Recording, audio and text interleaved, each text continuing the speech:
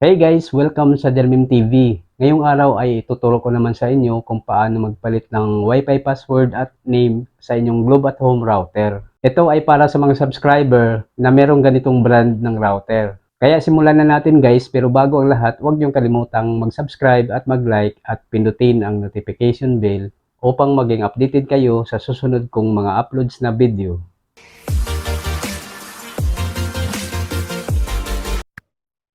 So ganito yan guys, bago tayo magsimula, kailangan nakakonect na kayo sa inyong Wi-Fi router. At kung connected na kayo, ang unang gagawin natin ay mag-open ng internet browser. Kahit anong internet browser ay pwede niyong gamitin. So itap lang natin itong Chrome.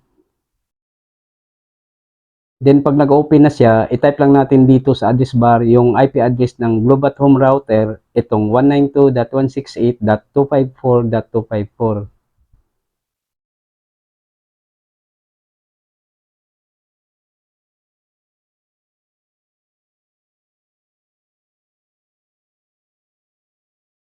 Then itap natin itong go.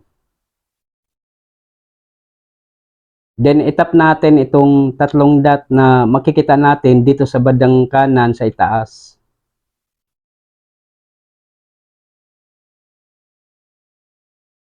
Scroll down lang natin.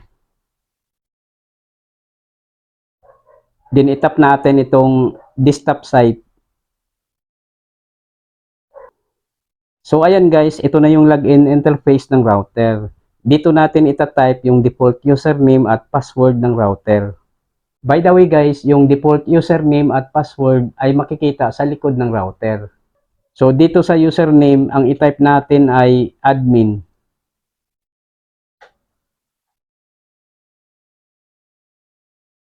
At sa password naman ay globe at 8470.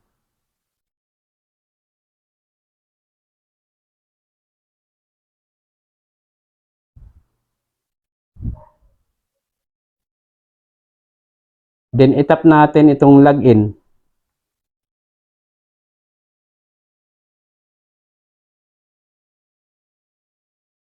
Then itap natin itong menu icon na makikita natin dito sa bandang kanan sa ibaba.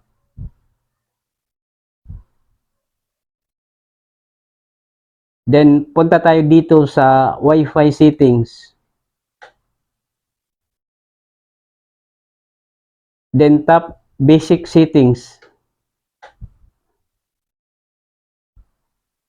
So dito guys, makikita natin itong dalawang Wi-Fi network, itong 2.4 GHz at 5 GHz. So dito sa 2.4 GHz, papalitan natin siya ng Wi-Fi name. Bahala na kayo kung ano ang gusto nyong ipalit na Wi-Fi name. Halimbawa, ang ipalit natin ay Janmem 2.4G.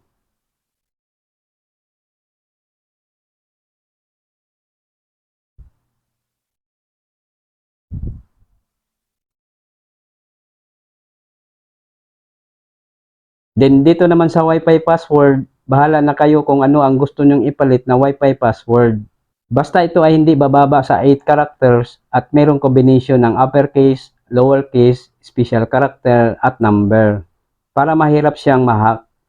Halimbawa, ang ipalit ko ay janmem_tv at 2023.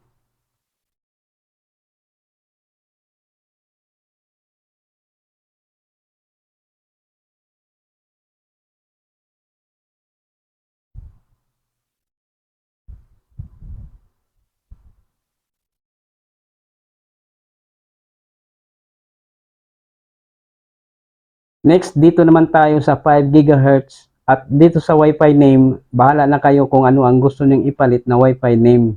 Halimbawa sa akin, ang ipalit ko ay Janmem 5G.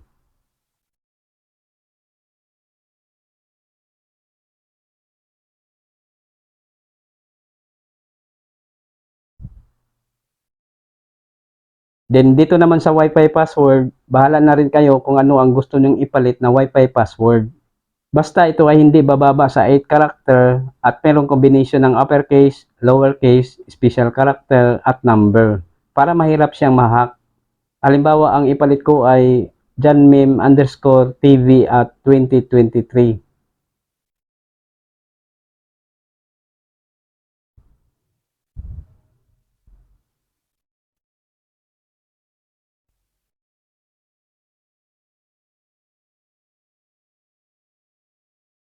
Then itap natin itong save changes.